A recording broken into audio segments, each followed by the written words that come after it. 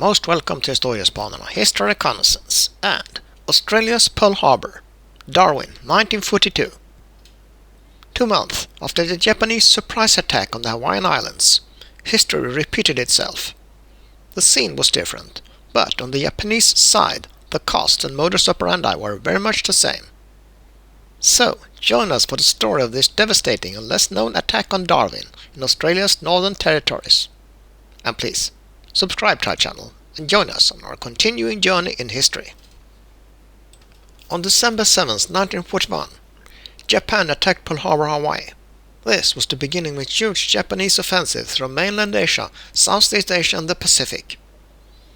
6 aircraft carriers from the Imperial Japanese Navy participated in the attack, and 4 of these will reappear in our story of Darwin. A well-known fact is that the radar station at Opana on Oahu detected the first wave of incoming Japanese aircraft on their radar plotters. Sadly enough, their warning was dismissed, and believed to be a scheduled flight of aircraft arriving from the continental United States. In the case of the attack on Darwin, history would repeat itself in the same manner, and I will soon get back to that. First, let's set the scene with events of the months following the attack on Pearl Harbor. In January 1942, Japan had occupied Manila, resulting in the retreat of American and Philippine forces to the Bataan Peninsula in the Philippines. And it extended its campaign through the Dutch East Indies. Gulf Force, the Australian battalion defending Ambon, surrendered 4 days later. The Japanese continued their momentum, attacking Mindanao in Sulawesi and Tarakan in Borneo. By the end of January, Japanese forces had captured Kuala Lumpur and occupied Rabaul, New Britain, the first occupation of Australian-administered territory by Japan. Allied military forces in Singapore surrendered to the Japanese on February 15, 1942, with 130,000 Allied personnel taken prisoner, including 15,000 Australians. The garrison forces in Darwin had been strengthened on December 16, 1941, and an official order was issued by the administrator to evacuate women and children from Darwin. The 4 Japanese aircraft carriers, Akagi, Kaga, Hiryu and Soryu, launched 188 aircraft on the morning of February 19th. The main objective of their cruise was attacking ships and port facilities in Darwin Harbor. The aircraft comprised 81 Nakajima B-5N Kate light bombers, 71 Aichi D-3A Val dive bombers, and an escort of 36 Mitsubishi E-6M Zero fighters. The BN-5 was a torpedo bomber that could carry up to 800 kilos of bombs. All of these aircraft were launched by 8:45 a.m., and this first wave was led by Commander Mitsu Fushida, who had also commanded the first wave of attackers during the raid on Pearl Harbor. On Bathurst Island, north of Darwin, a missionary, Ed Bennett, saw the approaching Japanese bombers. He tried in vain to convince a coast watcher to send a warning to Darwin, but he refused, claiming he did not have the correct codebox. The first wave of 188 Japanese planes was also spotted by another missionary on the island, Father John McGrath, who sent a message on radio, saying, "An unusually large air formation bearing down on us from the northwest."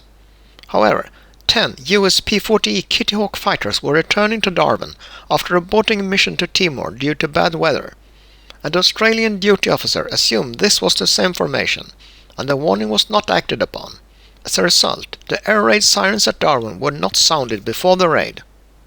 A Zero fighter with Petty Officer Yoshikazu Nagahama arrived over the city, alone, ahead of the strike force, which was making a turn to attack from the south. He engaged US Army Air Force P-40 Warhawk fighters, and single-handedly shot down 4 of them. The Japanese bombers began to arrive over Darwin at 9:58, and started dive bombing and level bombing attacks on their ships in Darwin Harbor. Zero fighters also added to the mayhem by strafing the ships. The first wave lasted for 30 minutes and sunk 3 warships and 6 merchant vessels and damaged another 10 ships. The ships sunk were the USS Perry, with 88 or 144 crew killed, HMAS Mavie, US-80 Meigs, MV Neptuna, which exploded while docked at Darwin's main wharf with 45 people killed, Zealandia, SS Mauna Loa, and MV British Motorist. In Darwin itself, the wharf was badly damaged, and 21 laborers were killed. The police station, police barracks, post office and administrator's office were all destroyed. The hospital ship Mononda was also bombed, resulting in the loss of 12 people. A total of 320 people received hospital treatment for wounds. Japanese losses may have been as few as 5 aircraft and 3 crew. Another 34 Japanese aircraft landed safely with battle damages. Allied ground fire was relatively intense and may have claimed all but 2 of the Japanese aircraft lost. Only 1 of the US Army Air Force P-40 pilots remained airborne throughout the first attack.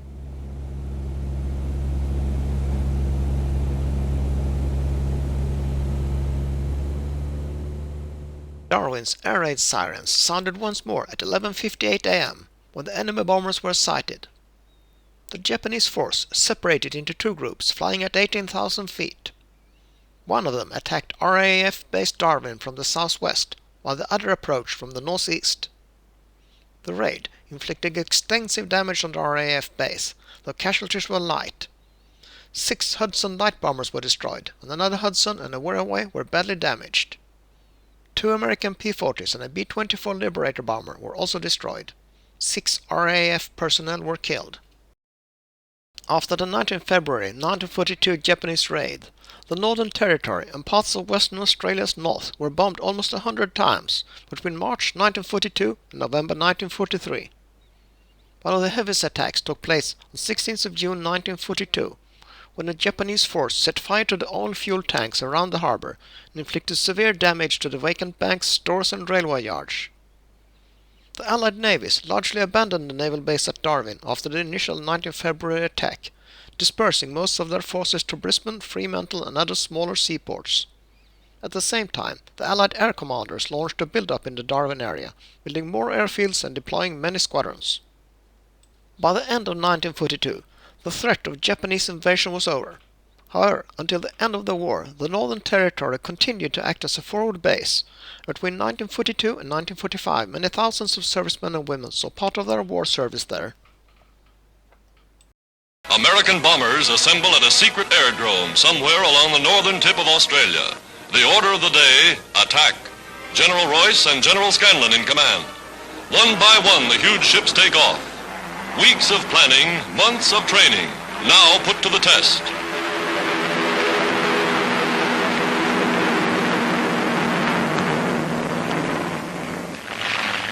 Fast pursuit planes roar down the strip and zoom aloft at incredible speed. These are the fighters of the air fleet. Daily they go up and daily they land.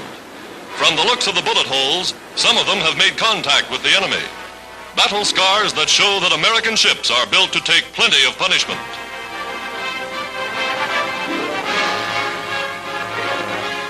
Credited with staving off the invasion of Australia, these young pilots know their business.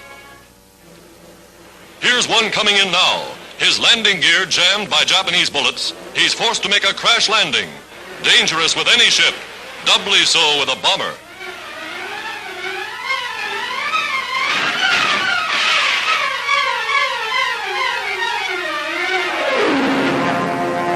And he does a perfect job. All hands aboard safe and sound. The pilot is congratulated by the general and mentioned in official dispatches. Only a few repairs are necessary and the ship will soon be ready to fly again. A thrilling example of how American airmen are rapidly winning the mastery of the skies. That's all, folks. Thanks for watching. Please like and subscribe.